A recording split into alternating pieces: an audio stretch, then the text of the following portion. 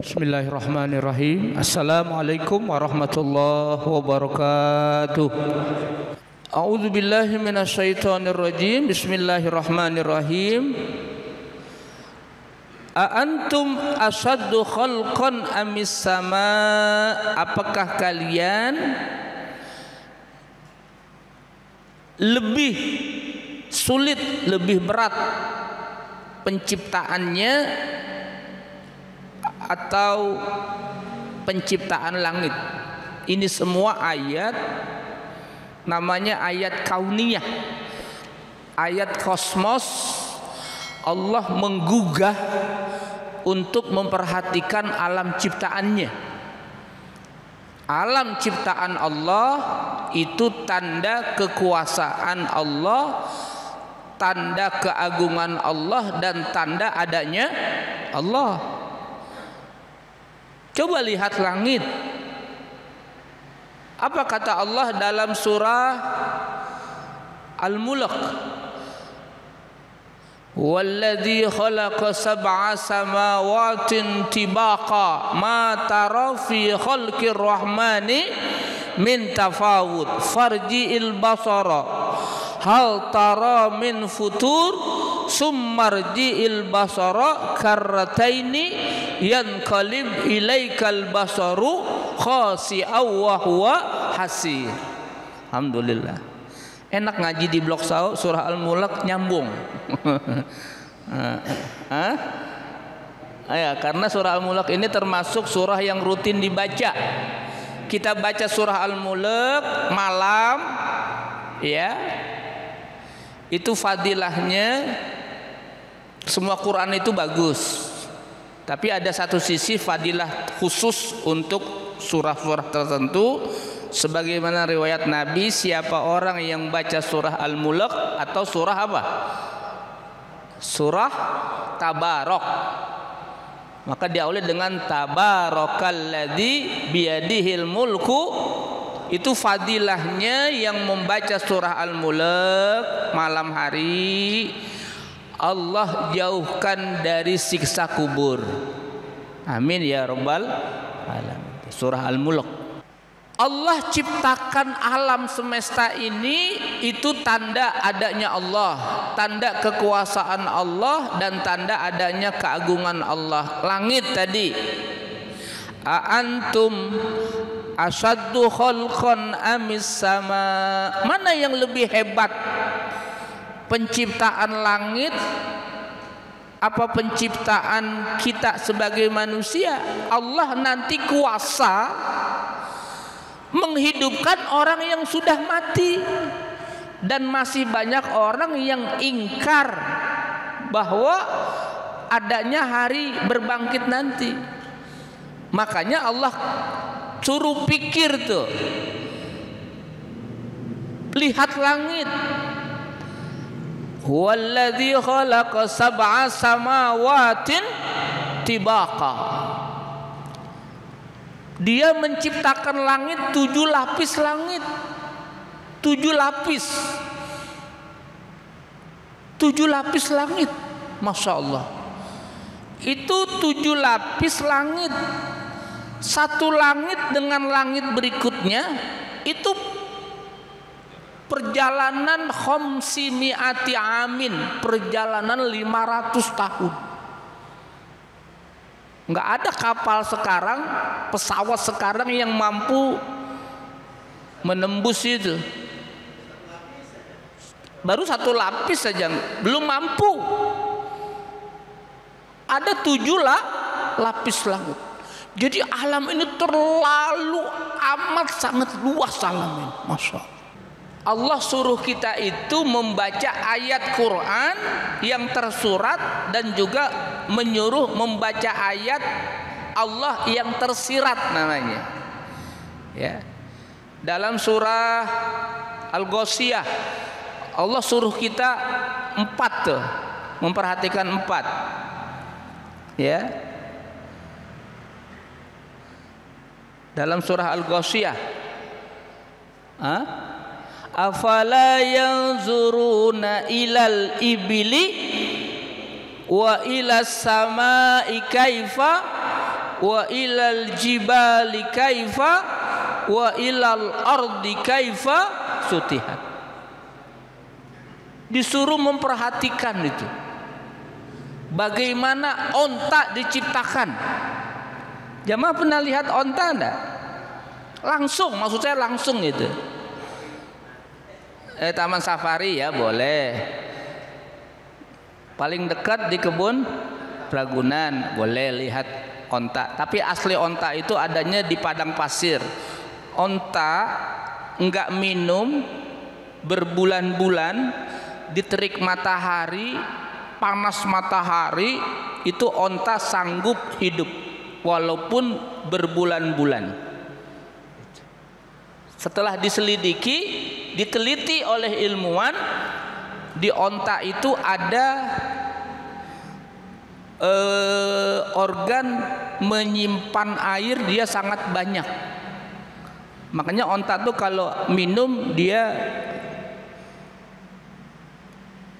banyak bisa menyimpan di tubuhnya. Nah, itulah untuk simpanan dia hidup diterik matahari. Itu onta. Dan onta itu termasuk hewan yang punya perasa. Dia bisa menangis. Nah, itulah. Oh, jadi banyak keajaiban-keajaiban daripada onta. Makanya Allah suruh afala yanzuruna ilal ibili wa ilas sama kaifa rufiat. Bagaimana langit ditegakkan. Gitu.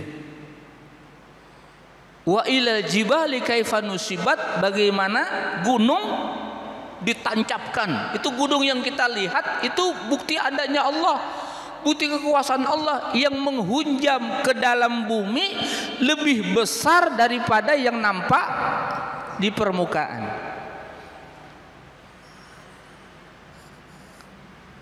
Kalau di kota Mekah itu yang pernah ke sana, itu banyak gunung-gunung di sana yang diapain? Yang dibor, dibikin jalanan.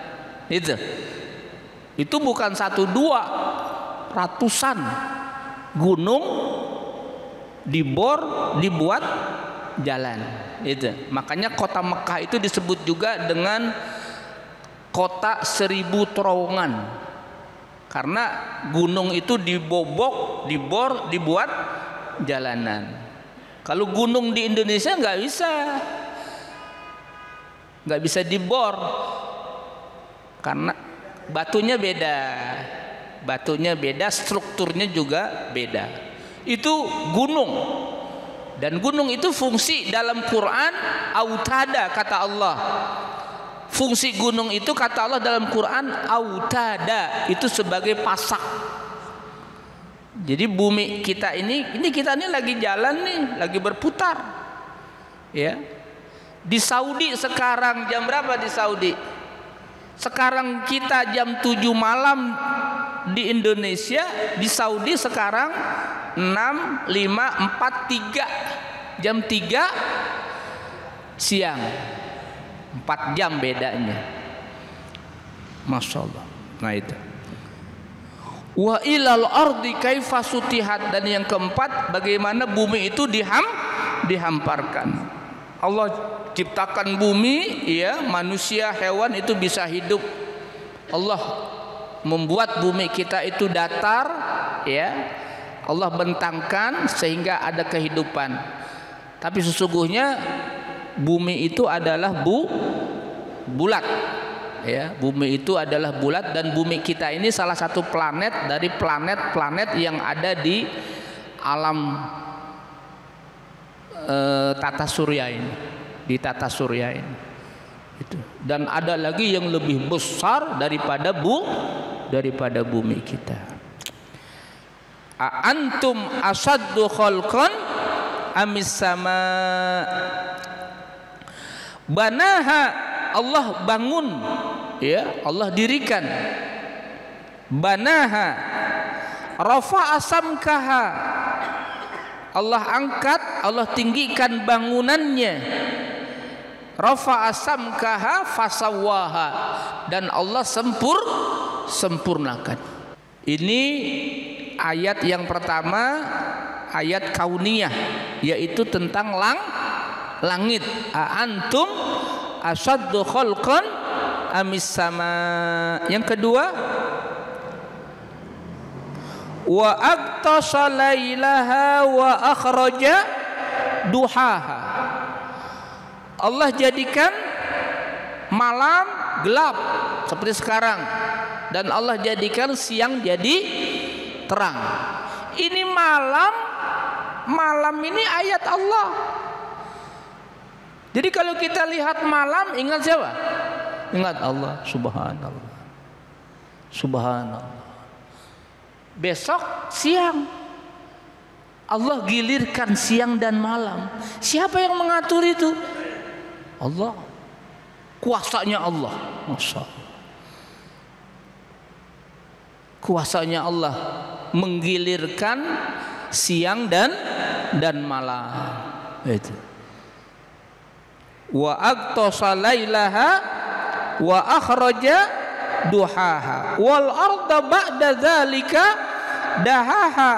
Dan Allah bentangkan bumi. Allah membentangkan bumi. Allah bentangkan bumi sehingga manusia, hewan bisa hidup meskipun bumi kita ini berputar. Beristilah dalam ilmu itu, bumi kita ini berotasi dan berevolusi. Muter ini, kita lagi muter ini, kayak gangsing. Masya Allah. Cuma enggak terasa saking apanya? Saking besarnya bumi kita ini, dan juga tidak bergoncang karena adanya gunung. Pasak bumi itu. Allah bentangkan bumi. Itu kekuasaan Allah Subhanahu wa ta'ala. Ini semua ayat namanya ayat kauniyah, ya. Ayat alam semesta yang sesungguhnya sehari-hari kita lihat, cuma Allah ingin bahasa kita ngehkan, biar kita ngeh. Tahu ngeh nggak? Ngeh, biar kita ngeh. Ayat-ayat Allah itu ada ayat yang tersurat Al-Quran dan ada ayat yang tersirat, dan itu ayat Allah juga. Jadi kita baca ayat yang tersurat, kita juga baca ayat yang tersirat. Makanya kalau kita ke puncak, lihat gunung, lihat teh-teh itu, kita bilang apa kalau udah di atas gunung puncak? Subhanallah. Waktu dulu paling cuman kagum doang. Cakep banget gitu doang. Iya kan? Nah, sekarang kalau kita lihat alam semesta, kita lihat laut, lihat langit, lihat gunung, kita ingat siapa? Ingat Allah. Kita bilang apa? Subhanallah. Ke puncak nanti, subhanallah, subhanallah, subhanallah, masya Allah. Nah, begitu jamaah yang kami hormati. Jadi kita sedang membaca ayat Allah yang tersirat. Nah, sekarang kita baca ayat Allah yang tersurat. Akhraja minha ma'aha. Allah keluarkan dari bumi air. Itu yang kita minum nih. Enggak apa-apa minum jamaah ya. Minum tangan kanan. Tangan kanan. Kita orang Islam itu, kalau orang Barat nggak kenal kanan kiri. Kalau kita diajarkan kanan kiri itu diajarkan. Minum tangan kanan, makan tangan, ke WC kaki keluar kaki kanan, ngasih tangan kanan. Nah, udah dibuka baca bismillah. Sama-sama praktekin aja. Bismillahirrahmanirrahim pakai tangan kanan. Bismillahirrahmanirrahim. Itu kalau kita baca bismillah, ini molekulnya itu jadi indah. Itu rahasia mengapa kalau kita mau makan, mau minum pakai doa. Kalau mau tambah lagi, mau makan, Allahumma barik lana fima razaqtana wa qina. Itu jadi berkah yang kita minum, yang kita makan jadi berkah. Nah, begitu. Makan minum duduk, makan minum tangan kanan. Nah, itu ajaran agama semua. Nah, kita jadi begitu minum ingat siapa? Ingat Allah. Orang kadang sakit itu karena kurang minum. Sepertiga air, sepertiga makanan, sepertiga udara. Itu ajaran agama.